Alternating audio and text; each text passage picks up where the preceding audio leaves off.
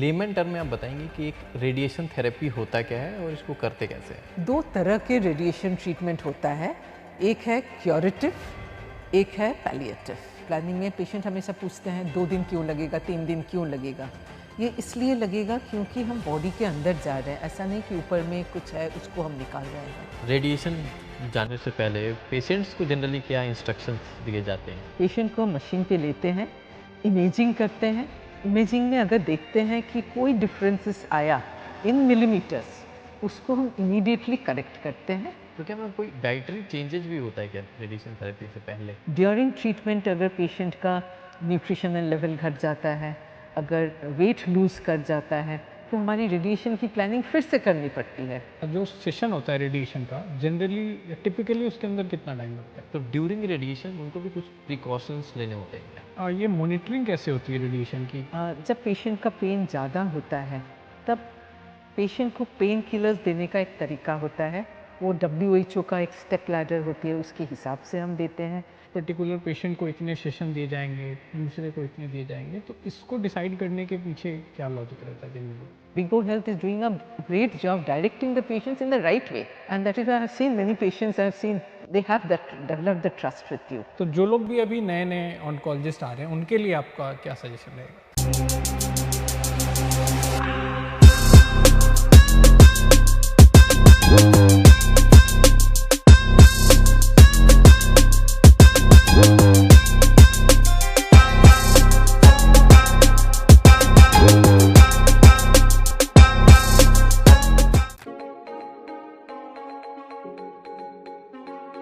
नमस्कार, मेरा नाम गौरव है। और मैं शुभम हूँ। हम लोग बिगो हेल्थ के को फाउंडर्स हैं। आज के पॉडकास्ट में हम बात करने वाले हैं रेडिएशन थेरेपी की। जब कभी भी कैंसर की बात आती है तो हम सब एक कीवर्ड सुनते हैं, radiation therapy, सेकाई।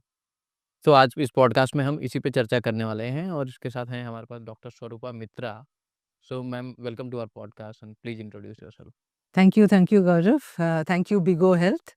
I am Dr. Swarupa Mitra. I am working as a director, radiation oncology in Fortis Cancer Institute, FMRI, Gurgaon.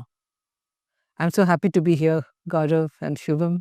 कि मैम एक लेमन टर्म में आप बताएंगे कि एक रेडिएशन थेरेपी होता क्या है और इसको करते कैसे हैं? जैसे कैंसर ट्रीटमेंट में 3 तरह के ट्रीटमेंट होता है। एक है सर्जरी, एक रेडिएशन, एक है सिस्टमिक थेरेपी जिसमें हार्मोन थेरेपी, कीमोथेरेपी से टारगेटेड थेरेपी आ जाते हैं। हम लोग बात करेंगे रेडिएशन ट्रीटमेंट में। कैंसर ट्रीटमेंट में किसी के भी कैंसर की इलाज हो रहा है, रेडिएशन ऑलमोस्ट सभी पेशेंट्स को मिलता है, ज़रूरत होती है। अब रेडिएशन है क्या? लोग रेडिएशन के नाम से घबराते हैं, डरते हैं, लेकिन रेडिएशन होती है रोशनी से इलाज, एक्स-रेज़ से इलाज। जो हम एक्स-रेज़ से हम स्कैन करते हैं, वही एक्स-रेज़ से हम इलाज करते हैं। ये कोई इलेक्ट्रिसिटी का करंट नहीं है, ये कोई बहुत तेज़ कोई रेज़ नहीं है जो कि हमारे बॉडी को या हमारे आसपास के सभी में कोई साइड इफ़ेक्ट्स कॉज़ करे, नहीं। इट इज़ एक्स-रेज़ जिससे हम ट्यूमर को ट्रीट कर सकते हैं। ट्यूमर में जो सेल्स ग्रो करते हैं, डिवाइड करते हैं, उसको हम बढ़ने से रोक सकते हैं।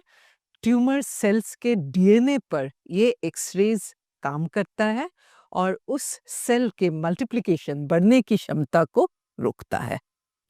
तो मैम, ये कब डिसाइड होता है कि किसी पेशेंट को अब रेडिएशन की ज़रूरत है? ऑलमोस्ट सभी कैंसर पेशेंट्स में जैसे बताया सर्जरी, रेडिएशन, कीमो तीनों चीज़ की ज़रूरत पड़ सकती है।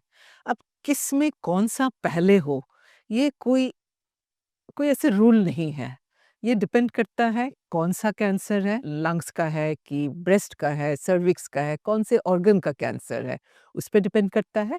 और ऑल्सो डिपेंड करता है क्या स्टेज है उस कैंसर का, उसी के हिसाब से हम रेडिएशन देते हैं। कोई कैंसर होता है जिसमें हम सबसे पहले रेडिएशन दे देते हैं, बाद में कीमो देते हैं। कोई ऐसा कैंसर होता है जिसमें हम पहले कीमो दे देते हैं, सर्जरी करा लेते हैं, लास्ट में रेडिएशन होता है। और कोई कैंसर होता है जिसमें रेडिएशन छोड़ के और कोई चीज़ की ज़रूरत नहीं होती है। रेडिएशन एंड कीमोथेरेपी साथ-साथ में चलता है, वही इलाज है और कोई इलाज की ज़रूरत नहीं है। मैम रेडिएशन थेरेपी बहुत पर्सनलाइज्ड होती है, जैसा हमको रिसर्च यस यस तो ये कैसे डिसाइड होता है कि किस तरह के पेशेंट को किस तरह की रेडिएशन दी जाएगी? रेडिएशन एक लोकल ट्रीटमेंट है, जैसे सर्जरी एक लोकल ट्रीटमेंट है, रेडिएशन एक लोकल ट्रीटमेंट है। दो तरह के रेडिएशन ट्रीटमेंट होता है, एक है क्योरेटिव, एक है पैलिएटिव।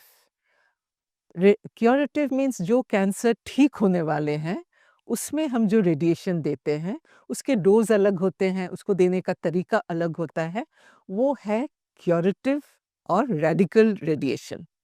एक होता है पैलिएटिव जो हम पेशेंट्स को देते हैं उसकी बस बीमारी को ख़त्म करने के लिए नहीं, लेकिन उसमें जो तकलीफ़ है, हो सकता है ब्लीडिंग हो रहा हो सकता है कहीं पे बोन्स में बहुत ज़्यादा दर्द हो रहा है, उसमें हम जो रेडिएशन देते हैं वो पैलिएटिव रेडिएशन बोला जाता है, जो कि छोटा होता है, बहुत ज़्यादा दिन का नहीं होता है, 1 से 5 दिन का होता है, कि जिससे कि पेशेंट की तकलीफ़ उसी समय हम ख़त्म करके उसको वापस भेज सकते हैं। पेशेंट के लिए जो ज़्यादा ज़रूरी है वो है external radiation and internal radiation. दोनों मशीन्स अलग होते हैं। एक्सटर्नल रेडिएशन है जो हम आम तौर पे देते हैं, जो जिसके बारे में अभी हम बात कर रहे थे। ये होता है एक लीनियर एक्सेलरेटर से देते हैं हम, और इसको टेलीथेरेपी बोला जाता है। एक्सटर्नल रेडिएशन और टेलीथेरेपी। टेली मीन्स बाहर से, जैसे टेलीस्कोप, टेलीफोन, बाहर से, दूर से। तो जब रेडिएशन हम दूर से देते हैं, पेशेंट यहाँ पे हैं, मशीन है, मशीन के अंदर में सोर्स रहता है, वहाँ से रेडिएशन आ रहा है, इसे हम टेलीथेरेपी बोलते हैं। और जो हम अभी मशीन को लीनियर एक्सेलरेटर बोलते हैं। पहले हमारे पास कोबाल्ट मशीन था सेम टेलीथेरेपी के लिए, अब हमारे पास लीनियर एक्सेलरेटर है सेम टेलीथेरेपी और एक्सटर्नल बीम रेडिएशन। इसी के बारे में हम ज़्यादा बात करेंगे, ज़्यादातर पेशेंट्स में ज़्यादा पॉपुलर हम देते हैं। लेकिन एक इंटरनल रेडिएशन है जिसे हम ब्रैकीथेरेपी बोलते हैं, उसमें रेडिएशन जिसके माध्यम से हम देते हैं वो सोर्स पेशेंट के अंदर रहता है। तो सपोज़ हम प्रोस्टेट को ट्रीट करना चाहते हैं, दूर से रेडिएशन नहीं आएगी, प्रोस्टेट के अंदर ही उसका सोर्स रहेगा और वहीं से रेडिएशन आएगी, इसे हम ब्रैकीथेरेपी बोलते हैं। लेकिन आई थिंक आज हम लोगों को ज़्यादा जागरूक करेंगे एक्सटर्नल रेडिएशन या टेलीथेरेपी के बारे में। तो मैम, अगर किसी पेशेंट को जब आप रेडिएशन के लिए एडवाइस करती हैं, तो उसके बाद उसके लिए प्लानिंग के क्या स्टेप्स होते हैं? जनरली रेडिएशन डिपार्टमेंट में जब पेशेंट आते हैं, डायरेक्टली हमारे पास भी आते हैं, लेकिन बहुत समय ये दूसरे डिपार्टमेंट से रेफर्ड होके आते हैं। कोई पेशेंट का सर्जरी हो गया है या कीमोथेरेपी हो गया है, अब उनको रेडिएशन की ज़रूरत है, तब वो हमारे पास आते हैं, और पेशेंट उस समय रेडिएशन डिपार्टमेंट में पहली बार आ रहे हैं। तो इस समय से क्या-क्या स्टेप्स होता है, क्योंकि पेशेंट को कुछ पता नहीं है कि अब हमारे क्या होने वाला है। रेडिएशन डिपार्टमेंट में जब भी वो आते हैं, तो फर्स्ट स्टेप होता है वो डॉक्टर से मिलते हैं पेशेंट। अपने हम जनरली प्रेफ़र करते हैं वो फैमिली के साथ आएँ, जिससे कि हम रेडिएशन के बारे में पूरी तरह से हम जानकारी दे पाएँ उनको। इसमें पेशेंट की सारी रिपोर्ट्स देखी जाती है। रेडिएशन में सीटी स्कैन, इमेजिंग का बहुत इम्पोर्टेंस है। इसलिए हम एक्स-रेज़, सीटी स्कैन्स, एमआरआई, ये सब की फ़िल्म्स, सीडीज़ हम स्टडी करते हैं, पेशेंट की सारी रिपोर्ट्स देखते हैं, पेशेंट को एग्ज़ामिन करते हैं और फिर डिसाइड करते हैं इनको किस तरह की रेडिएशन दी जाएगी। दैट मीन्स जैसे बताया, रेडिकल रेडिएशन या पैलिएटिव रेडिएशन, एक्सटर्नल रेडिएशन या इंटरनल रेडिएशन या ब्रैकीथेरेपी, तब हम डिसाइड करते हैं। तो ये है डे 1। इसके बाद प्लानिंग शुरू होती है। जिस दिन पेशेंट आते हैं, उसी दिन से हम रेडिएशन स्टार्ट नहीं कर सकते हैं। हमें प्लानिंग की ज़रूरत है, क्योंकि हमें एम है, कोई भी रेडिएशन ट्रीटमेंट का एम है कि हम मैक्सिमम डोज़ ट्यूमर को दें और उसके आसपास के जो सराउंडिंग एरियाज़ है, उसको हम बचा लें। पेशेंट आके हमेशा हमें यही क्वेश्चन पहले करते हैं, हमारे नॉर्मल ऑर्गन्स पे तो कोई दिक्कत नहीं होगी, कोई साइड इफ़ेक्ट्स नहीं होगा। तो ये हमारा बहुत ज़्यादा हमारा इसमें ध्यान रहता है कि हम सारा रेडिएशन जहाँ ट्यूमर है, उसी को दें, और नॉर्मल एरियाज़ जो जो भी नॉर्मल एरियाज़ हैं, लंग्स है, हार्ट है फॉर ब्रेस्ट के लिए, फिर नीचे ब्लैडर है, रेक्टम है, ये सारे नॉर्मल एरियाज़ को हम बचा के रेडिएशन दें। इसी को हम प्लानिंग बोलते हैं। मतलब हम कैसे ये डिसाइड करेंगे कि कहाँ पे हम रेडिएशन दें और नॉर्मल ऑर्गन्स को हम कैसे बचाएं। इस प्लानिंग हम एक दिन में नहीं कर सकते हैं। इस प्लानिंग के लिए हमें 2-3 दिन चाहिए होता है। पहला दिन पेशेंट के साथ डिस्कशन हो जाता है, पेशेंट को बताया जाता है, पेशेंट की रिपोर्ट्स की स्टडी की जाती है जैसे अभी बताया। इसके बाद हम नेक्स्ट डे पेशेंट को बुलाते हैं कि आज आपका हम रेडिएशन प्लानिंग करेंगे। प्लानिंग का फर्स्ट स्टेप है, हम पेशेंट के लिए एक मास्क बनाते हैं। इसको हम ऑर्फिट कास्ट कास्ट बोलते हैं, मास्क बोलते हैं, पेशेंट को समझाने के लिए मुखौटा बोलते हैं। इसका क्या काम है? इसका काम है कि पेशेंट ड्यूरिंग ट्रीटमेंट उसको पहने रहे और वो हिले नहीं। क्योंकि जैसे बताया हमारा एम है बहुत टारगेटेड फोकस्ड डोज देना, ट्यूमर को नॉर्मल एरियाज को बचाना। इसलिए जब हम इतने अच्छे से प्लान करके दे रहे हैं, प्लान कर रहे हैं, तो इट इज़ वेरी इम्पोर्टेंट कि पेशेंट ट्रीटमेंट टेबल में हिले नहीं।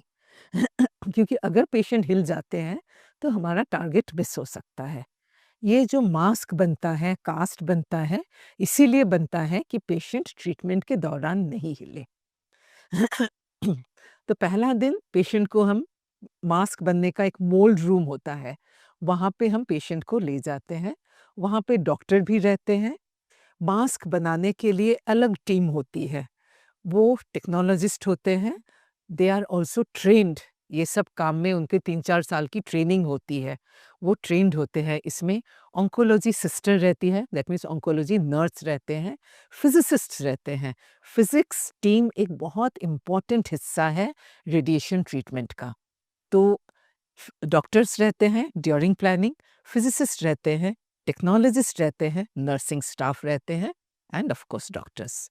ये सारे मिलके हम पेशेंट को समझाते हैं और एक टेबल पे लिटाते हैं और वहाँ पे पेशेंट को पोजीशनिंग करते हैं जिसमें पेशेंट के लिए ये बेस्ट पोजीशन है, क्योंकि ये पोजीशन हम हर रोज चेंज नहीं कर सकते हैं। इसलिए हम पेशेंट से पूछते हैं कि ये आपका मोस्ट कंफर्टेबल पोजीशन है कि नहीं। बहुत समय पेशेंट लेटा हुआ है, उनका कहीं बॉडी पे चुभ रहा है, कहीं पे पैर मुड़ गया है, दर्द हो रहा है, क्योंकि आफ्टर ऑल वो पेशेंट है, तो इनकी कंफर्ट हमें देखने की ज़रूरत है। तो पेशेंट को हम उनका मोस्ट कंफर्टेबल पोजीशन में लिटाते हैं। इसमें हम टाइम लेते हैं। पेशेंट हो सकता है एक बार में नहीं लेट पाए, हम उनको थोड़ा आराम करवा के फिर से लिटाते हैं। फिर उसके बाद मास्क जो बनता है, ये पेशेंट के लिए पर्सनलाइज़्ड होती है, ये और कोई नहीं यूज़ कर सकता है। ये एक मटेरियल से बनता है जिसे हम ऑर्फिट बोलते हैं। सो ऑर्फिट की ये एक लेयर होती है। इसको हम गर्म पानी में डालते हैं, जैसे ही डालते हैं वो फिर बहुत नरम हो जाता है। It becomes like a plastic mould जैसे हो जाता है। उसको फिर हम पेशेंट के बॉडी में हम लगा देते हैं जिस पार्ट को ट्रीट होना है। अगर नीचे का पेल्विस ट्रीट होना है, जो मास्क बनेगा पेल्विस का बनेगा। अगर हेड नेक ट्रीट होना है, मास्क बनेगा हेड नेक का बनेगा। अगर चेस्ट ट्रीट होना है, मास्क बनेगा चेस्ट का। सब जगह का एक अलग मास्क बनता है, उसका बनाने का तरीका भी अलग होता है। तो पेशेंट को लिटा के हम ये गर्म पानी में ऑर्फिट कास्ट को डुबा के जैसे ही वो थोड़ा नरम हो जाते हैं, पेशेंट के बॉडी में लगा देते हैं और पेशेंट का बॉडी का शेप ले लेता है। इसके बाद हम पेशेंट को छोड़ देते हैं, वो मास्क के साथ लेटे रहते हैं अबाउट 15-20 मिनट। तब तक मास्क हार्ड हो जाता है, बॉडी का शेप ले लेता है and that becomes patients mask. उसमें हम पेशेंट का नाम, रजिस्ट्रेशन नंबर सारा लिख देते हैं और वो उस पेशेंट का मास्क है, वो और कोई नहीं यूज़ कर सकता है। इस मास्क का और एक काम है कि पेशेंट का ट्रीटमेंट अंदर में हो रहा है, लेकिन जो कैलकुलेशंस होती है, जो मार्किंग्स होता है, ये सारा इसी मास्क पे होता है। इसीलिए बहुत सारे पेशेंट्स बोलते हैं कि हमारा मास्क किसी से बदल तो नहीं जाएगा? नहीं बदल सकता है, क्योंकि वहाँ पे नाम, रजिस्ट्रेशन नंबर लिखा है और पेशेंट की प्लानिंग, उस पेशेंट की प्लानिंग उसी मास्क पे मार्किंग पे दिया हुआ है। इसलिए वो चेंज हो ही नहीं सकता है, क्योंकि वो फिट नहीं करेगा और वो मशीन पे भी हम वो ट्रीटमेंट नहीं दे सकते हैं। तो ये हो गया मास्क। तो जिस दिन सेकंड डे मास्क बन गया, फिर पेशेंट को हम भेज देते हैं घर। उसके बाद 2 दिन हमें पेशेंट को बुलाने की ज़रूरत नहीं है। पेशेंट घर चले जाते हैं, वो 2 दिन में हम हमारा जो रेडिएशन टीम उसकी प्लानिंग करते हैं। प्लानिंग में पेशेंट हमेशा पूछते हैं 2 दिन क्यों लगेगा, 3 दिन क्यों लगेगा? ये इसलिए लगेगा क्योंकि हम बॉडी के अंदर जा रहे हैं, ऐसा नहीं कि ऊपर में कुछ है उसको हम निकाल रहे हैं। बॉडी के अंदर जाने के लिए, नॉर्मल ऑर्गन्स को बचाने के लिए हमें टेक्नोलॉजी की ज़रूरत है। इसके लिए आज हमारे पास बहुत अच्छा प्लानिंग सिस्टम्स हैं and I am very proud to say हमारे हॉस्पिटल में जो लेटेस्ट मेथड्स है कंटूरिंग की, प्लानिंग की, ये हमारे पास है। और जितना लेटेस्ट मेथड्स होता है वो सारे बहुत ज़्यादा सेंसिटिव होते हैं, डेलिकेट होते हैं, उसमें टाइम भी ज़्यादा लगता है। तो प्लानिंग के दौरान हम पेशेंट के सारा प्रीवियस स्कैन्स ले लेते हैं और जो स्कैन पेशेंट का हमने कराया उस दिन, उस स्कैन के ऊपर हम प्रीवियस स्कैन्स हम सुपर इम्पोज करते हैं। एक के ऊपर एक हम on the screen super impose करते हैं और उस पे हम मार्क करते हैं कि कहाँ पे पहले ट्यूमर थी। हो सकता है पेशेंट का सर्जरी हो गया है, ट्यूमर हट गया है, तो अब हमें कहाँ पे देना है, कैसे पता लगेगा? तो हम पहले का स्कैन के साथ न्यू स्कैन, प्लानिंग स्कैन हम सुपर इम्पोज करते हैं और हम मार्क करते हैं ट्यूमर पहले कहाँ पे था, नॉर्मल ऑर्गन्स कहाँ पे है, ये सब हम मार्क करते हैं। इसमें 1 डेढ़ दिन लग जाता है। इसके बाद हम डोज प्रिस्क्राइब करते हैं कि कहाँ पे कितना डोज देना है, फिर हम हैंडओवर कर देते हैं फिजिसिस्ट को। फिजिक्स टीम इस पे अपना बीम्स डालते हैं, रेडिएशन की जो रेज होती है वो डालते हैं वर्चुअली ऑन द स्क्रीन डालते हैं और फिर देखते हैं कि कैसे वो अचीव कर सकते हैं जो डोज प्रिस्क्रिप्शन हमने दिया है। वो कोशिश करते हैं वही डोज प्रिस्क्रिप्शन वो प्लान आउट करते हैं। फिर ऐसे 2-3 प्लान्स बना के वो हमें दिखाते हैं, हमें मीन्स डॉक्टर्स को। फिर डॉक्टर्स उसमें चूज़ करते हैं विच plan is best for the patient और उसी को हम नेक्स्ट डे 2 दिन बाद हम पेशेंट को बुलाते हैं, पेशेंट को हम फिर डिलीवर कराते हैं वही plan. So this is the general एक ट्रीटमेंट स्टेप्स होती है प्लानिंग। तो आपने जो बात करी बीम की, हर एक पेशेंट के लिए वो फिजिसिस्ट अलग-अलग वो एब्सोल्युटली, एब्सोल्युटली हर एक पेशेंट के लिए अलग होता है। तो इसलिए ये बहुत टाइम कंज्यूमिंग है और ये बहुत इम्पोर्टेंट है। Team work, radiation in fact cancer is a team work. वो टीम बहुत मजबूत हो, उनके साथ बीच में कम्युनिकेशन अच्छा हो, तो ये बहुत इम्पोर्टेंट है। अगली बार कोई वैसा कमेंट या ट्वीट करेगा ना कि फिजिक्स क्यों पढ़ा बचपन में, तो बताऊंगा कि जाके कैंसर ट्रीट कर सकता है। एग्जैक्टली, मेडिकल फिजिक्स है एक बहुत बहुत इम्पोर्टेंट ब्रांच है। तो मैम रेडिएशन जाने से पहले पेशेंट्स को जनरली क्या इंस्ट्रक्शंस दिए जाते हैं? पहले रेडिएशन के ट्रीटमेंट में लेने से पहले उनके साथ हम फिर अपने ओपीडी में बैठ के काउंसलिंग करते हैं। जो हमने पहले बताया था कि ट्रीटमेंट कैसे होगा वही चीज़ फिर से दोहराते हैं, क्योंकि पेशेंट भूल जाते हैं, उनके पास इतनी इन्फॉर्मेशन पहला दिन ही हम डाल देते हैं तो भूल जाते हैं। फैमिली मेंबर्स भूल जाते हैं, वो ऑलरेडी स्ट्रेस में रहते हैं, इसलिए 2-3 बार हमें दोहराने की ज़रूरत होती है। तो इसलिए उस दिन हम फिर जिस दिन स्टार्ट होता है उस दिन बुला के उनको, पूरे फैमिली मेंबर्स को बुला के हम बता देते हैं कि पहला दिन जनरली ट्रीटमेंट थोड़ा स्टार्ट होने में देर होता है, क्योंकि प्लान की ऑप्टिमाइज़ेशन होती है, मशीन की सेटअप होती है और वो जो प्लान हम पेशेंट को देंगे वो हम पहले मशीन में अ, उसको फिक्स करते हैं कि ये सही है कि नहीं, उसके बाद भी हम पेशेंट पर लेते हैं। तो ये सारे में थोड़ा समय लगता है, ये हम पेशेंट को समझा देते हैं कि पहला दिन टाइम लगेगा। फिर उसके बाद हम उनको समझाते हैं कि क्या-क्या साइड इफ़ेक्ट्स हो सकती है, क्या खाना है, क्या नहीं है खाना है। उनकी पूरी मेडिकेशंस सारा हम उनसे लेके एक प्रॉपर चार्ट बनाते हैं, क्योंकि कोई-कोई मेडिसिन्स होती है जो हम रेडिएशन के साथ नहीं देना चाहते हैं और ऐसा नहीं कि उनका कोई हार्ट का मेडिसिन्स चल रहा है, ब्लड प्रेशर का चल रहा है, वो छूट जाए। इसलिए उनकी हम सारी मेडिसिन्स एक साथ करके हम बता देते हैं कैसे-कैसे लेना है। ये भी उनको समझा देते हैं ड्यूरिंग ट्रीटमेंट उनको हमें मिलना है, हफ्ते में 1 दिन कंपल्सरी है मिलना। नहीं तो रेडिएशन इतनी अच्छी हमारी कम्युनिकेशन होती है, मशीन में भी बता देते हैं कि आज आपको मिलना था, आप मिले नहीं हो, आप पहले मिल के आ जाइए, उसके बाद हम ट्रीटमेंट करेंगे। ये इम्पोर्टेंट है क्योंकि पेशेंट्स का स्किन रिएक्शंस देखना होता है, वो कैसा फेयर कर रहा, कोई उनको दिक्कत हो रही है कि नहीं, ब्लड काउंट्स कैसा है, ये सारा वीकली बेसिस में हम देखते हैं। तो क्या मैम कोई डाइटरी चेंजेस भी होता है क्या रेडिएशन थेरेपी से पहले? हाँ, बिल्कुल होता है। ड्यूरिंग ट्रीटमेंट यस होता है। बहुत ज़्यादा चेंजेस नहीं, लेकिन ये थोड़ा-सा डिपेंड करता है किस पार्ट को हम ट्रीट कर रहे हैं। जैसे पेट में अगर हम कर रहे हैं, पेल्विस में कर रहे हैं, जहाँ पे इंटेस्टाइन्स होती है, वहाँ पे हम बहुत समय बोल देते हैं कि थोड़ा लो फाइबर डाइट लेंगे, जिससे कि लूज़ मोशंस ज़्यादा नहीं हो। कॉन्स्टिपेशन भी हम नहीं चाहते हैं। गैस्ट्राइटिस होता है, तो गैस्ट्राइटिस नहीं हो, इसके लिए हम उनको फूड रिकमेंडेशंस दे देते हैं। और बहुत इम्पोर्टेंट है कोई भी ट्रीटमेंट में, स्पेशली रेडिएशन ट्रीटमेंट में, न्यूट्रिशन बहुत बहुत इम्पोर्टेंट है। हम हमेशा पेशेंट को बोलते हैं कि कैंसर ट्रीटमेंट जितना ज़रूरी है, उतना ही ज़रूरी है न्यूट्रिशनल सप्लीमेंट। ड्यूरिंग ट्रीटमेंट अगर पेशेंट का न्यूट्रिशनल लेवल घट जाता है, अगर वेट लूज़ कर जाता है, तो हमारी रेडिएशन की प्लानिंग फिर से करनी पड़ती है, क्योंकि उनका कास्ट मास्क लूज़ हो जाता है वेट लॉस के चलते। इसीलिए न्यूट्रिशनल लेवल, वेट मेंटेनेंस बहुत बहुत इम्पॉर्टेंट है। बहुत समय हम पेशेंट्स को, स्पेशली जो हेड नेक के पेशेंट्स हैं, उनमें ज़्यादातर देखा जाता है क्योंकि उनको खाने में दिक्कत हो सकती है। तो उनके केसेस में हम एक डाइट चार्ट दे देते हैं, और नॉट ओनली डाइट चार्ट, उसको घर में कैसे मेंटेन करना है, उनको 1 हफ्ते का एक चार्ट दे देते हैं, हर हफ्ते वो चेंज होता है, और उसमें वो आवर वाइज़ लिखते हैं कि इतने घंटे में हमने इतना खाया, इतना पिया। तो वो आके हमें दिखाते हैं कि इतना हमारा इनटेक है।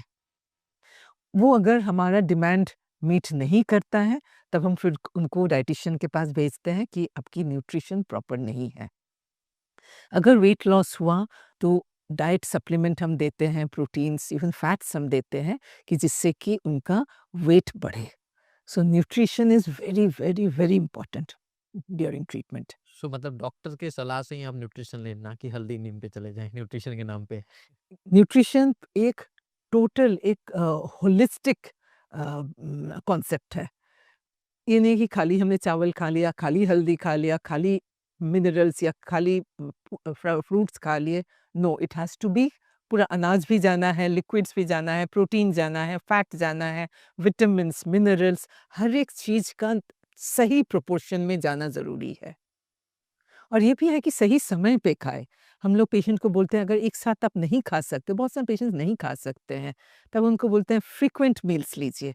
हर 2-2 घंटे में थोड़ा-सा कुछ ले लीजिए। हम पेशेंट्स को बोलते हैं, आप अपने पॉकेट में रख लीजिए, कुछ बिस्किट्स रख लीजिए या कोई जूस रख लीजिए। अब जब तक आप वेट करते हैं, बहुत सारे पेशेंट्स बहुत दूर से आते हैं, तो आप साथ-साथ में आप पीते जाइए। तो क पेट खाली नहीं होना चाहिए। मैम जो सेशन होता है रेडिएशन का जनरली टिपिकली उसके अंदर कितना टाइम लगता है? बहुत तरह के रेडिएशन होते हैं। एक है, सारे जितने मेथड्स अभी बात करेंगे सारे टारगेटेड हैं। एक है IMRT, intensity modulated radiation therapy. एक है IGRT, image guided radiation therapy. एक है VMAT, that is volumetric modulated adaptive radiation therapy. So ये है 3 तरह के मोटा-मोटी रेडिएशंस होते हैं। आईएमआरटी, आईजीआरटी होता है, आईएमआरटी को ही हम इमेज गाइडेंस से डिलीवर कर रहे हैं। आईएमआरटी में बहुत अच्छा एक हमने प्लान बना लिया, same maximum dose to the tumour, minimum dose to the surrounding area, लेकिन इसी सुंदर प्लान को हमें डिलीवर भी करना है। अगर हम वो डिलीवर नहीं कर पाए, तब कोई फ़ायदा नहीं है अच्छा प्लान बनाने का। इसमें फिर इमेज गाइडेंस की बात आती है, इमेज गाइडेड रेडिएशन थेरेपी। इसमें हम क्या करते हैं, पेशेंट को जब हम मशीन पे लेते हैं ट्रीटमेंट के लिए, एक स्कैन अंदर में ही हो जाता है, in the same machine, treatment machine में ही सीटी स्कैनर होती है। पेशेंट को हम लिटाने के बाद वो स्कैन कर लेते हैं। इसका क्या महत्व है? इसका इम्पोर्टेंस ये है कि पेशेंट तो मास्क के अंदर है, ग्रॉस कोई मूवमेंट नहीं होगा। लेकिन इन स्पाइट ऑफ दैट कुछ रोटेशंस होता है जो हमें अपनी आँखों से नहीं दिखता है। माइनर मूवमेंट्स, रोटेशंस होता है, ये मिलीमीटर्स में होती है। इसके अलावा अंदर में, बॉडी के अंदर में मूवमेंट होती है, जैसे इंटेस्टाइन्स हैं, वो मूव करता है, हमेशा आप इंटेस्टाइन्स को रोक नहीं सकते हैं। हार्ट बीट करेगा ही, लंग्स सांस लेंगे ही, ये सारी चीज़ें हैं, ये मूवमेंट होगा जिसे हम कंट्रोल नहीं कर सकते हैं। प्रोस्टेट कैंसर के लिए ब्लैडर, ब्लैडर की फिलिंग, ब्लैडर की फिलिंग हर रोज़ डिफरेंट हो ही सकता है। रेक्टम में गैस हर रोज़ डिफरेंट होगा, स्टमक में गैस हर रोज़ डिफरेंट होगा। इसको हम कैसे देखें हम? क्योंकि इसके साथ-साथ इसमें अगर चेंज होता है, आस-पास के नॉर्मल ऑर्गन्स में अगर चेंज होती है, ये है ही कि अब जो ट्रीटमेंट एरिया है उसमें भी चेंज होगा, वो उसका भी मूवमेंट होगा। सपोज़ सर्विक्स कैंसर, बच्चेदानी का कैंसर, इसमें जहाँ पे हम ट्रीट कर रहे हैं, सामने में ब्लैडर है, यूरिनरी ब्लैडर है जिसमें यूरिन आता है, पीछे में रेक्टम है जहाँ पे स्टूल है, गैस है। अगर ब्लैडर की फीलिंग हर रोज़ सेम नहीं रही, तो यूट्रस भी सपोज़ आज ज़्यादा भरा हुआ है, कल कम है, तो इसके अकॉर्डिंगली सर्विक्स की पोज़ीशन चेंज होगी, आगे-पीछे चेंज होगा। इसको अगर हम ट्रैक नहीं करते हैं, हम ट्यूमर मिस कर जाएँगे। यहीं पे इम्पोर्टेंस है इमेज गाइडेंस की। पेशेंट को मशीन पे लेते हैं, इमेजिंग करते हैं। इमेजिंग में अगर देखते हैं कि कोई डिफरेंसेस आया इन मिलीमीटर्स, उसको हम इमीडिएटली करेक्ट करते हैं। करेक्ट करने के बाद ट्रीटमेंट देते हैं। इसीलिए आजकल इमेज गाइडेड रेडिएशन थेरेपी एक बहुत इम्पोर्टेंट मेथड हो गया and it is always best कि हम इमेज गाइडेंस से ट्रीट करें। दूसरा हाँ, हाँ, टाइम की बात हो रही थी और वीमैट है सेम इमेज गाइडेंस लेकिन इसमें सॉफ्टवेयर जैसे होती है, इसमें ट्रीटमेंट बहुत फास्ट होता है। सो आईएमआरटी, आईजीआरटी इसमें मशीन में पेशेंट को अबाउट 20-25 मिनट टाइम लग जाता है। एक्चुअल ट्रीटमेंट टाइम और कम होती है, लेकिन ये सारा जितना इनकी सेटअप और ट्रीटमेंट जो जिस मेथड से होता है, इसमें पेशेंट को 20-25 मिनट पे मशीन पे लग जाता है। वीमैट मेथड से ये भी इमेज गाइडेंस से होता है, लेकिन ये एक आर्क ट्रीटमेंट होता है, जिससे कि चूँकि आर्क होता है पेशेंट के चारों तरफ आर्क एक ही बार में घूम जाता है, इसलिए ट्रीटमेंट जल्दी होती है। ये अबाउट 5-7 मिनट में ट्रीटमेंट खत्म हो जाता है, पेशेंट निकल जाते हैं। तो इसलिए वीमैट ट्रीटमेंट बहुत सारे पेशेंट के लिए कंफर्टेबल होता है। तो ये मेन 3 मेथड्स ऑफ ट्रीटमेंट है। मैम हम लोग जनरली सुनते हैं कि एक पर्टिकुलर पेशेंट को इतने सेशन दिए जाएँगे, दूसरे को इतने दिए जाएँगे, तो इसको डिसाइड करने के पीछे क्या लॉजिक रहता है जनरली? जैसे अब शुरू में ही बताया था ट्रीटमेंट आजकल कस्टमाइज्ड है। हर एक पेशेंट का ट्रीटमेंट अलग वे से प्लान होता है। बट जनरली एक ट्रीटमेंट होती है जो कन्वेंशनल ट्रीटमेंट माना गया है कि 5 हफ्ते का, 6 हफ्ते का होता है। ये कन्वेंशनल ट्रीटमेंट है। लेकिन आजकल बहुत तरह का रेडिएशंस हो गया है, जिसे हम हाइपोफ्रैक्शनेटेड रेडिएशन बोलते हैं, जिसमें हम हर रोज़ रेडिएशन की डोज़ ज़्यादा दी जाती है, इसलिए ओवरऑल ट्रीटमेंट टाइम घट जाता है और ये हाइपोफ्रैक्शनेटेड होता है। इसमें कम टाइम लगता है, हो सकता है 3 हफ्ते में ट्रीटमेंट हो जाए। तो कितने हफ्ते की हम ट्रीटमेंट देंगे, कितना दिन का देंगे, ये डिपेंड करेगा पेशेंट का, ट्यूमर कहाँ का है, किस स्टेज का है, इससे पहले क्या ट्रीटमेंट हुआ है, वो सर्जरी करवा के आया है कि नहीं, उसने कीमोथेरेपी, इम्यूनोथेरेपी लेके आया है कि नहीं, उसके हिसाब से हम डिटरमाइन करते हैं कितने दिन का रेडिएशन होगा। यहाँ पे एक चीज़ और बोलना चाहते हैं, एक एसबीआरटी की बात होती है आजकल, SBRT, SRT, SRS, these are stereotactic methods of radiation treatment. इसमें हम बहुत हाई डोज़ देते हैं to a very small area. तो ये जनरली हम लोग हर पेशेंट को नहीं देते हैं। कुछ पेशेंट्स होते हैं जो इसके लायक होते हैं, उसके लिए ही हम ये ट्रीटमेंट कस्टमाइज़ करते हैं। वो हम पेशेंट के साथ डिस्कस करते हैं कि आपके लिए कन्वेंशनल ट्रीटमेंट से अच्छा होगा, हम एसबीआरटी दें या एसआरटी दें, तो आपके लिए बेटर होगा। तो उसी समय हम कस्टमाइज़ करते हैं। एसबीआरटी, एसआरटी जनरली बहुत शॉर्ट होता है, मेबी 3-4 दिन की रेडिएशन होती है। बहुत समय हम 2 दिन गैप में देते हैं। तो तो हर एक ट्रीटमेंट डिफरेंट होता है। तो मैम जनरली जो रेडिएशन की डोजेज़ दी जाती है, वो डेली दी जाती हैं या अल्टरनेट डे या वीकली? मतलब इसका डोजेज़ क्या होता है? हाँ, डोज़ेस ये भी हम डिटरमाइन करते हैं ट्यूमर के हिसाब से कि जनरली जो कन्वेंशनल डोज़ होती है, हर रोज़ 1.8 ग्रेज़ टू 2 ग्रेज़ हम देते हैं। ग्रेज होती है जैसे हम केजी में कोई सामान नापते हैं, लीटर्स में पानी नापते हैं।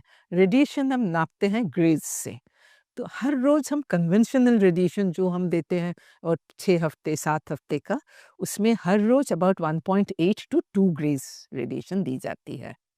अगर हम हाइपोफ्रैक्शनेटेड जो हम आजकल ब्रेस्ट में देते हैं 3 हफ्ते की रेडिएशन, उसमें हम हर दिन 1.8 या 2 ग्रेज की जगह में 2.25 2.75 ग्रेज देते हैं। इसलिए ओवरऑल ट्रीटमेंट टाइम घट जाता है। एसबीआरटी, एसआरटी में हम हर रोज़ 8 ग्रेज, 9 ग्रेज, कभी-कभी 20 ग्रेज भी हम देते हैं। तो इसी हिसाब से हम कितना डोज़ पर डे देंगे, ये हम कैलकुलेट करेंगे। जनरली कन्वेंशनल रेडिएशंस जो हर रोज़ 1.8 ग्रेज, 2 ग्रेज के हिसाब से होता है, वो generally 5 days in a week दिया जाता है। Monday, Tuesday, Wednesday, Thursday, Friday दिया जाता है। लेकिन हाइपोफ्रैक्शनेटेड होता है, जब भी डोज़ पर फ्रैक्शन बढ़ेगा, तब हम जनरली गैप दे देते हैं। मे बी 1 दिन का गैप या 2 दिन का गैप दे देते हैं। अगर हम 5 दिन में कोई रेडिएशन की ट्रीटमेंट कर रहे हैं, तो हम हफ्ते में 2 दिन देते हैं, हफ्ते में 3 दिन देते हैं। डेली रेडिएशन नहीं देते हैं। डेली हम तभी देते हैं जब हर रोज़ की रेडिएशन की डोज़ कम होगी। That is we call this as a conventional radiation. Ma'am ये मॉनिटरिंग कैसे होती है रेडिएशन की कि अभी मान लो कुछ साइकिल हो गए हैं, कुछ बचे हुए हैं, तो उस दौरान आप लोग क्या-क्या मॉनिटर करते हो generally? I think this a very important question और सबके मन में आता है कि हम रेडिएशन तो दे रहे हैं, ऐसे मॉनिटर कैसे करेंगे? एक होती है मॉनिटरिंग, एक होती है रिस्पॉन्स इवैल्यूएशन, दोनों चीज़ अलग-अलग है। रिस्पॉन्स इवैल्यूएशन जनरली हम 3 मंथ्स के बाद करते हैं, क्योंकि रेडिएशन की इफ़ेक्ट धीरे-धीरे आती है। तो ओवर द टाइम आता है, रेडिएशन ख़त्म हो जाता है, लेकिन उसके बाद भी बॉडी में रेडिएशन की रिस्पॉन्स आते रहती है। सो नॉर्मली हम रिस्पॉन्स इवैल्यूएशन हम करते हैं 3 मंथ्स के बाद। लेकिन मॉनिटरिंग इज़ डिफरेंट। मॉनिटरिंग होता है कि हर रोज़ जो पेशेंट रेडिएशन ले रहे हैं, वो सही जा रहा है कि नहीं, उसमें बीच में कोई चेंज करने की ज़रूरत है कि नहीं। ये होती है मॉनिटरिंग और इसीलिए हम पेशेंट को हर हफ्ते में देखते हैं और हमारा एक इंटर कनेक्शन बना रहता है। जो रेडिएशन टेक्नोलॉजिस्ट होती है, वो हर रोज़ पेशेंट को देख रहे हैं। वो ट्रेंड होते हैं। उनको कभी भी लगता है कि कहीं पे पेशेंट को रिएक्शन ज़्यादा लग रहा है, वो तुरंत ट्रीटमेंट नहीं करेंगे, डॉक्टर को बताएँगे। तब हम देखेंगे कि हाँ, अभी रेडिएशन की कहीं पे हो सकता है सोरनेस ज़्यादा हुआ है, उनको गैप देने की ज़रूरत है, तब हम गैप देते हैं। बहुत समय पेशेंट वेट लूज़ करते हैं या वेट गेन भी करते हैं बहुत समय। जो मास्क हमने बनाया, वो टाइट हो गया। तो अगेन रेडिएशन टेक्नोलॉजिस्ट जो साइट में है, जो ट्रीटमेंट कर रहे हैं, हमारे रेज़िडेंट डॉक्टर्स जो मशीन पे होते हैं, वो ये देखते रहते हैं कि अगर मास्क टाइट हो गया, लूज़ हो गया, तो हम इमीडिएटली पेशेंट को बुला के नया कास्ट बनाते हैं, नया स्कैन करते हैं। इसको हम एडैप्टिव रेडिएशन ट्रीटमेंट बोलते हैं। Adaptive means adapting to change. Body में जो चेंज आया, उसके हिसाब से हमने डोज़ और ट्रीटमेंट एडैप्ट कर लिया। इसे एडैप्टिव ट्रीटमेंट बोलते हैं। दूसरा होता है और एक होता है कि बड़ा ट्यूमर है, वो घट गया साइज़ में। बहुत समय हम देखते हैं नेक बड़ा-सा ट्यूमर है, हमने मास्क वगैरह बनाया, लेकिन ट्यूमर घट गया।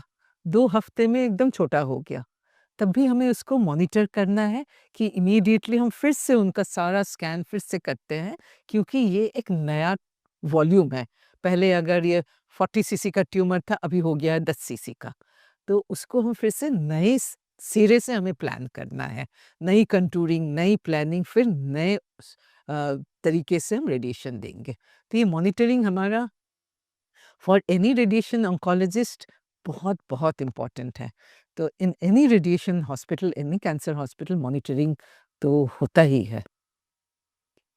मैम रेडिएशन थेरेपी के दौरान जैसे आपने न्यूट्रिशन के बारे में ऑलरेडी बताया, न्यूट्रिशन के अलावा भी और भी किस तरह के सपोर्ट पेशेंट को दिए जाते हैं? स्किन रिएक्शंस होते हैं, स्किन रिएक्शंस के लिए हम पेशेंट को ऑल्दो आजकल लीनियर एक्सेलरेटर में उतना ज़्यादा स्किन रिएक्शंस होता नहीं है, लेकिन थोड़ा जो ओबीस पेशेंट्स हैं उसमें स्किन रिएक्शंस होता है। उसमें हम पेशेंट को बता देते हैं स्किन की कैसे केयर करनी है, कोई क्रीम लगाना है, अगर कोई चीज़ और करना है तो हम बता देते हैं पेशेंट को। ये हो गया एक क्लिनिकल सपोर्ट। लेकिन नॉन क्लिनिकल सपोर्ट होता है, वो प्रोबेबली आज जो हम डिस्कस कर रहे हैं उससे बाहर का है। ये होता है psychological support, moral support, spiritual support, और this is not only for the patient, उनके फैमिली मेंबर्स के लिए। और ये शायद बाहर से पता नहीं चलता है कि ये कितना इम्पोर्टेंट है। कोई भी पेशेंट के केयरटेकर जो है, उनके जो फैमिली मेंबर्स हैं, वो भी उसी ट्रॉमा से जा रहे हैं जो पेशेंट जा रहे हैं, इफ़ नॉट मोर। हो सकता है वो ज़्यादा और जा रहे हैं, क्योंकि साथ-साथ में वो घर का काम भी देखते हैं, उनकी और रिस्पॉन्सिबिलिटीज़ है वो देखते हैं, एक फ़ाइनेंशियल बर्डन हो जाता है। तो ये सारी चीज़ों को देखने के लिए काउंसलर्स का बहुत-बहुत इम्पोर्टेंस है, साइकोलॉजिस्ट्स एंड काउंसलर्स। आजकल हमारे पास काउंसलर्स हैं हू आर ट्रेन्ड कि कैंसर पेशेंट्स को ही डील करेंगे, कैंसर पेशेंट्स को ही काउंसल करेंगे। तो काउंसलिंग एक बहुत इम्पोर्टेंट पार्ट है जिसके बिना हम नहीं कर सकते हैं। तो ये हमारे एक सपोर्ट सिस्टम का एक बहुत इम्पोर्टेंट अंग है। तो इस तरह की काउंसलिंग हमारी ज़रूरत होती है। और एक है कि डाइटिशियन, जैसे न्यूट्रिशन के बारे में तो हमने बात किया ही है। पेन क्लिनिक, पेन क्लिनिक कोई भी कैंसर हॉस्पिटल में होना बहुत ज़रूरी है। बहुत पेन के doctors they are trained in giving pain medicines. Pain की हम लोग क्रोसिन, अल्ट्रासिटी सारी मेडिसिन्स हम दे देते हैं, लेकिन जब पेशेंट का पेन ज़्यादा होता है, तब पेशेंट को पेन किलर्स देने का एक तरीका होता है। वो डब्ल्यूएचओ का एक स्टेप लैडर होती है, उसके हिसाब से हम देते हैं। पेन को मॉनिटर करने के लिए भी गाइडलाइंस होती है, वो हम देखते हैं। इसलिए हम पेन क्लिनिक में भेजते हैं, और ये भी पेशेंट को जानकारी की ज़रूरत होती है, वो हम ही देंगे कि आपको अभी हम पेन क्लिनिक में भेजेंगे।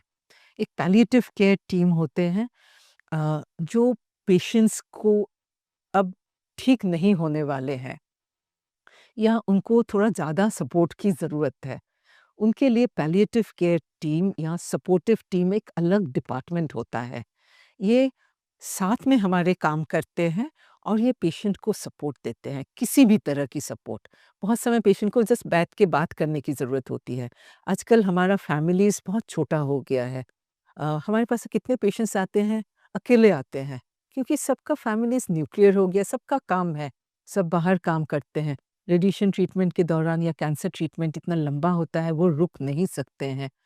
तो ये सारे में ये सपोर्ट टीम का बहुत इम्पोर्टेंस आ जाता है। होम केयर टीम होते हैं। सो होम केयर टीम, जो पेशेंट्स घर नहीं आ सकते हैं, उनको हम घर जाके देखते हैं। ये भी एक अंग है कैंसर ट्रीटमेंट के लिए। So cancer treatment it's a big department. इसमें खाली डॉक्टर का काम नहीं है। इनफैक्ट डॉक्टर से ज़्यादा प्रोबेबली बाकी टीम मेंबर्स के काम होते हैं। तो मैम तो मैम जैसे किसी पर्सन की या किसी पेशेंट की कैंसर रेडिएशन थेरेपी चल रही है, तो ड्यूरिंग रेडिएशन उनको भी कुछ प्रिकॉशंस लेने होते हैं क्या? जब भी पेशेंट का रेडिएशन शुरू होता है, जैसे बताया पहला दिन काउंसलिंग होती है। काउंसलिंग हम यही बताते हैं कि उनको क्या करें। बहुत समय हम शेविंग मना कर देते हैं। तो बहुत सा हॉस्पिटल में ही बार-बार रहता है, उनको पता है जिनका रेडिएशन चल रहा है, उनका कैसे शेविंग होना है, माउथ केयर कैसे करना है, गार्गल कैसे करना है, ये सारा हम बता देते हैं। बहुत समय अ, आपकी ब्रशिंग की ज़रूरत नहीं होती, ब्रशिंग हम मना करते हैं। टूथब्रश यूज़ करना हम बताते हैं कि आप फिंगर से करो, तो वो भी प्रिकॉशंस हम बता देते हैं। अ, खाने-पीने का तो है ही, एंटीबायोटिक से कोई भी दवा लेते हैं, जनरली हम बताते हैं कि हमसे पूछ के लें, हमसे एक बार दिखा के लें, because we are treating the patient now. हमें जानकारी होनी चाहिए कि पेशेंट क्या-क्या दवाई और ले रहे हैं। तो ये सारे बहुत ज़्यादा प्रिकॉशंस नहीं रहता है, लेकिन कोई-कोई कैंसर के साइट्स में कुछ प्रिकॉशंस रहता है, जो हम बता देते हैं। एक स्पीच थेरेपी है, जब हम हेड नेक के कैंसर को ट्रीट करते हैं। जो पेशेंट्स उनका कैंसर हेड, नेक, माउथ, गले में है, उनको बोलने की बहुत वोकल कॉर्ड कैंसर में बोलने में दिक्कत आती है और स्वलो करने में दिक्कत आती है, उनके लिए स्पीच थेरेपिस्ट, ये भी हमारे हॉस्पिटल में भी है, उनका भी कंट्रीब्यूशन बहुत बहुत इम्पोर्टेंट है।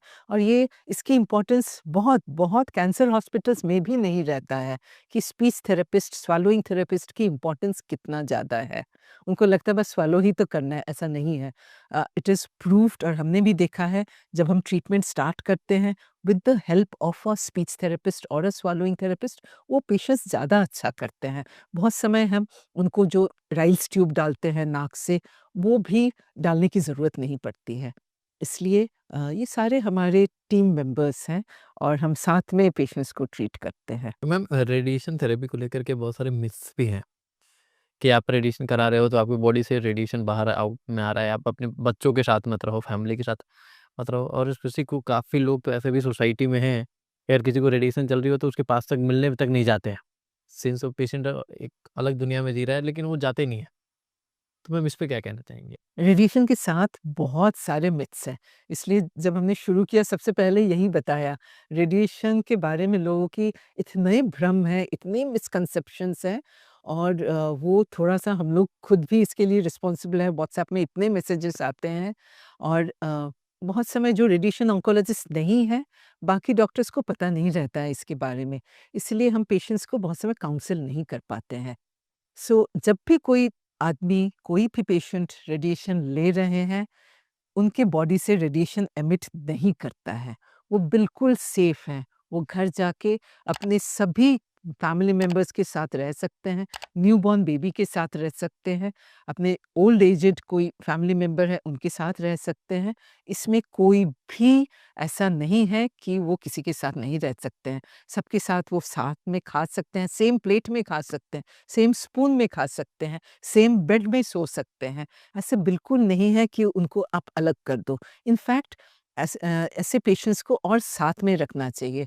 वो जो साथ का जो स्ट्रेंथ होता है, वो कोई मेडिसिन भी नहीं दे सकता। The family support, friends support, I think that goes a long way to cure the patient.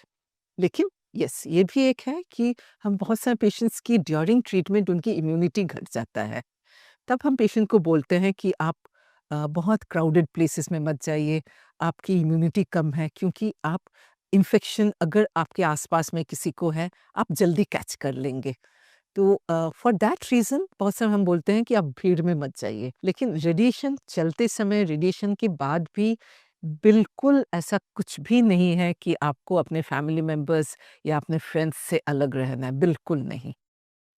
So ma'am एक लास्ट सवाल कि जब कभी भी रेडिएशन थेरेपी की बात आती है, तो जो लोग टायर 3, टायर 4 टाउन्स में हैं या इवन शहर में भी हो तो एनेक्सियस हो जाते हैं कि यार क्या अभी उससे ज़्यादा उनके रिश्तेदार उनको अब तुम्हारी तो रेडिएशन थेरेपी होने जा रही है, क्या होगा, नहीं होगा, बहुत सारे साइड इफ़ेक्ट होंगे। तो मैम आप ऐसे पेशेंट्स को क्या सलाह देना चाहेंगी? एक ही बात है गौरव कि मिसकंसेप्शंस एंड मिसइन्फॉर्मेशंस, इससे दूर रहे तो अच्छा है। जब भी किसी को किसी भी तरह का क्वेश्चंस हो, डायलेमा हो, अ, कि पता नहीं है कि क्या करे, तो कोई वैलिड वेबसाइट देखें, अगर वेबसाइट देखना है, और नहीं तो कोई डॉक्टर के पास जाएँ, जो डॉक्टर को पता है, क्योंकि सभी डॉक्टर्स को पता नहीं है। इसलिए सही डॉक्टर के पास जाएँ जिनको कैंसर के बारे में जानकारी हो। और कहाँ पे कैसे ट्रीटमेंट लेना है, इसके लिए भी बहुत सारे माध्यम हैं।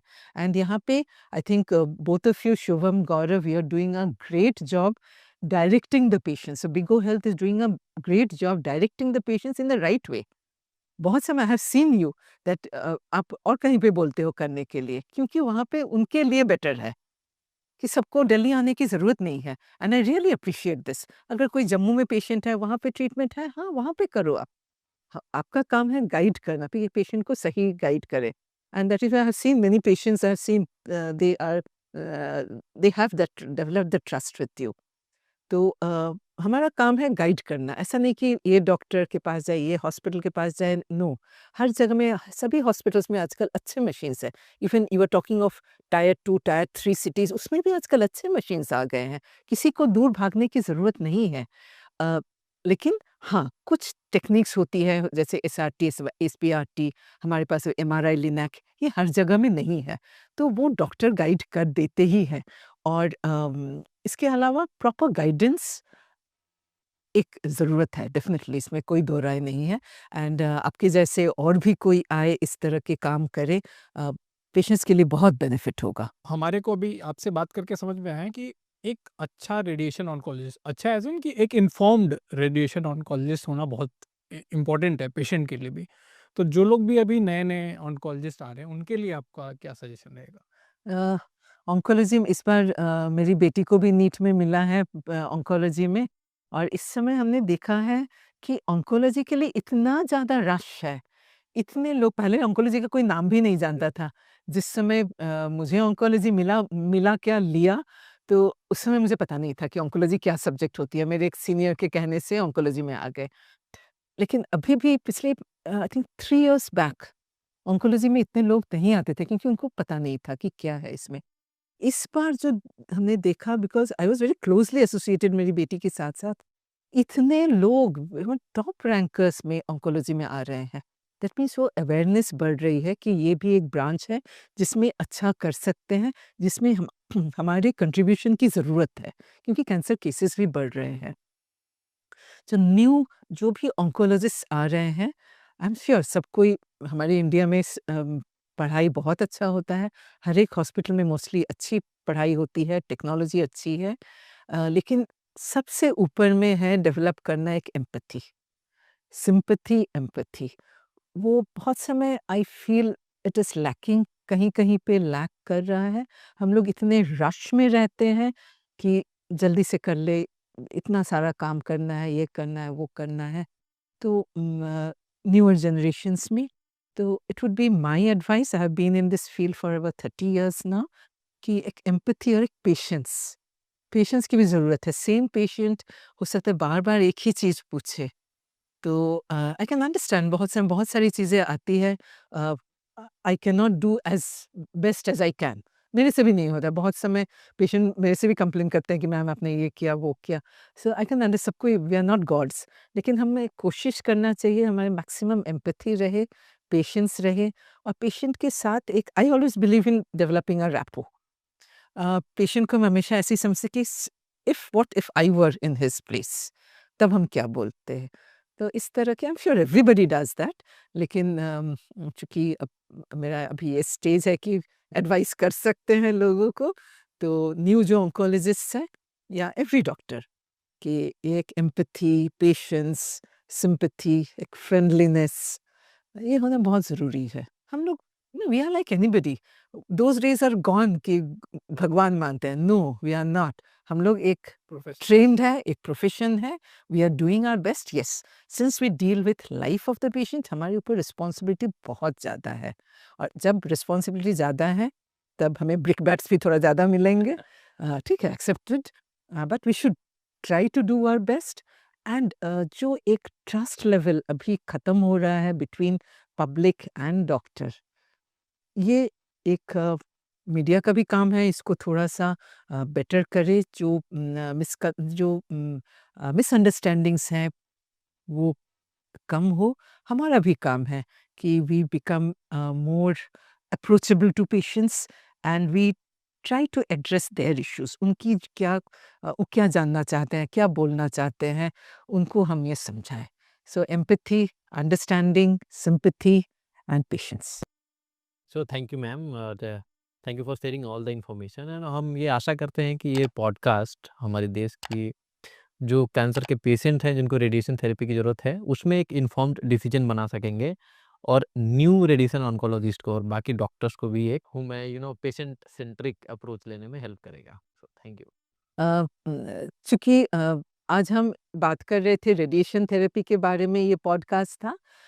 रेडिएशन थेरेपी जैसे सबको पता है, इसके बारे में जानकारी बहुत कम है, लेकिन बहुत लोगों को रेडिएशन थेरेपी की ज़रूरत है। इसलिए हम इस पॉडकास्ट में कोशिश यही हमारी रही है कि हम जो भी क्वेश्चंस हैं इसको हम एड्रेस करें। अगर ये पॉडकास्ट आप लोग को अच्छा लगा है, अगर ये इन्फॉर्मेटिव लगा है, आप इसको लाइक करें और शेयर करें अपने फैमिली मेंबर्स के साथ, अपने फ्रेंड्स के साथ, जिससे कि इसके बारे में जो भी मिसकंसेप्शंस है ये दूर हो। Thank you.